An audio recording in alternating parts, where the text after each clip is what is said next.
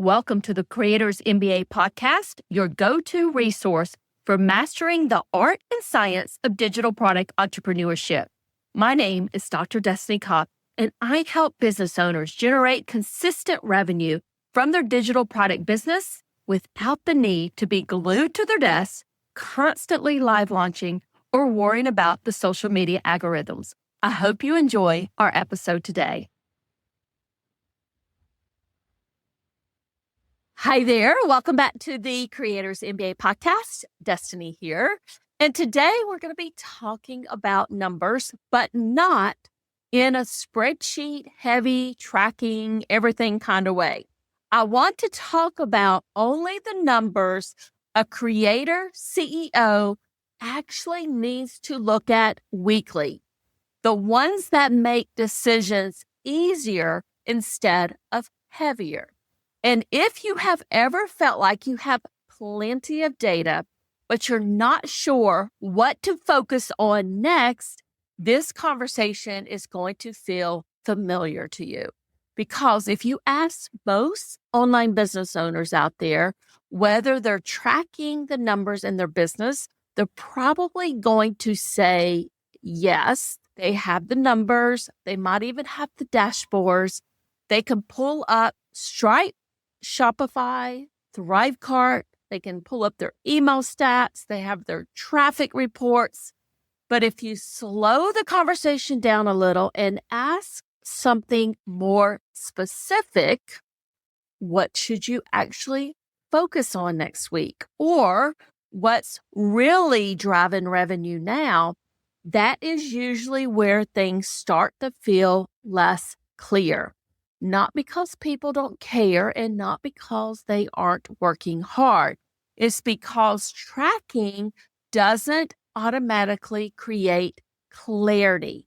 And that distinction matters more than most people realize.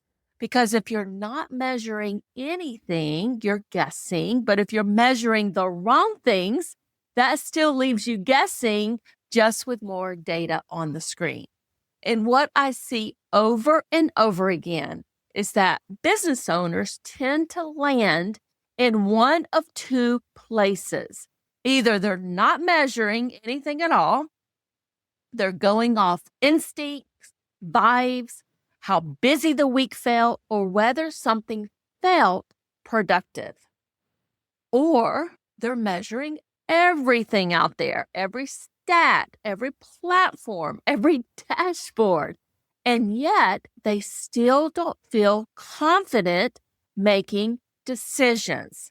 And both situations lead to the same experience. You stay busy, but decisions feel heavier than they should because everything in those situations feels important. And it's harder than it needs to be to decide what actually deserves your attention. And that is not a discipline problem. It's a motivation problem. It's also a visibility problem because creators are often taught to track performance, but CEOs track signals that force decisions. And those, my friend, are not the same thing. And here's the shift that changes how you run a business. So creators tend to ask, what should I make next? But CEOs ask, what moves the business forward right now? When you start asking that second question, the numbers you care about change completely. Because a CEO dashboard isn't about monitoring activity. It's not about keeping score.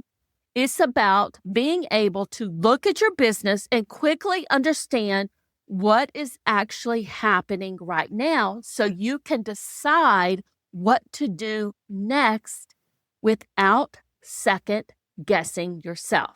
And the good news is you do not need a dozen of metrics to do that. You just need visibility across a few core areas, the ones that tell you where money is coming from, what it's costing you to keep those things running and where your focus actually belongs. So, the first thing a CEO needs to see clearly is what is earning, not what you enjoy working on, not what you think you should be working on, not what you plan to monetize later. Let's look at what is actually producing revenue right now. And when business owners finally look at this honestly, there's almost always a moment of surprise because usually a very small number of offers are doing the most of the work in your business. And something else might be taking up a lot of time or attention, but barely contributing.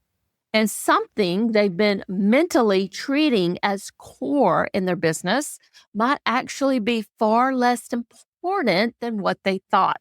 This isn't about judgment. It's about seeing reality clearly enough to lead the business instead of reacting to it. Because once you see what is actually earning, you start to notice patterns, and patterns tell you where leverage actually exists. But clarity around revenue doesn't automatically tell you what to keep. It tells you what needs a second look. And that is where cost comes in. And this is the one that most business owners underestimate because cost isn't just money. It's time, it's mental load, it's operational friction, it's the energy it takes to market and deliver something consistently. Something can absolutely make money and still cost too much. This is one of the biggest differences between creator thinking and CEO thinking. Creators tend to ask, does this sell? CEOs ask, is this worth carrying given where we're going and everything we have going on? Some of the most important decisions I have made in my business didn't come from things failing. They came from things working okay, but no longer fitting in the business. Because you are allowed to say no to revenue that pulls you in the wrong direction. Because when you can see cost clearly, especially mental and directional cost, the business immediately starts to feel lighter.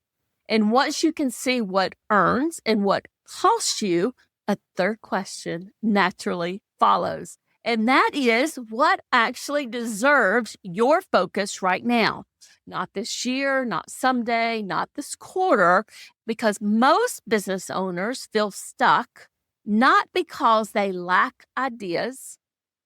All of you out there have plenty of them, but because everything feels equally important.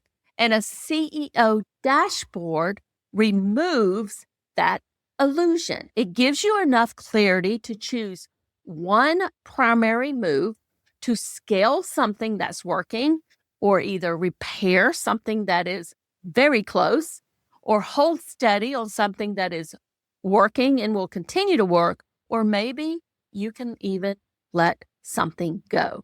That decision is the job. And here's something I want to be very clear about.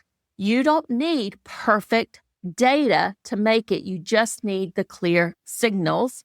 And those signals will be spreadsheets every single time. And that is also why a CEO dashboard works best when you look at it weekly. Weekly isn't about pressure or even micromanaging yourself.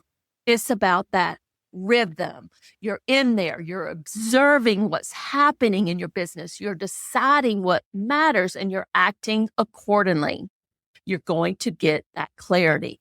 And here's the part that most business owners don't see coming. A CEO dashboard isn't something you build once and then forget all about it. It becomes the lens that you use to evaluate everything, your offers, your funnels, your visibility, your retention, your automation, your follow-up. Because once you can see clearly, every other system either strengthens that clarity or works against it. And that's why visibility is always the first system to install.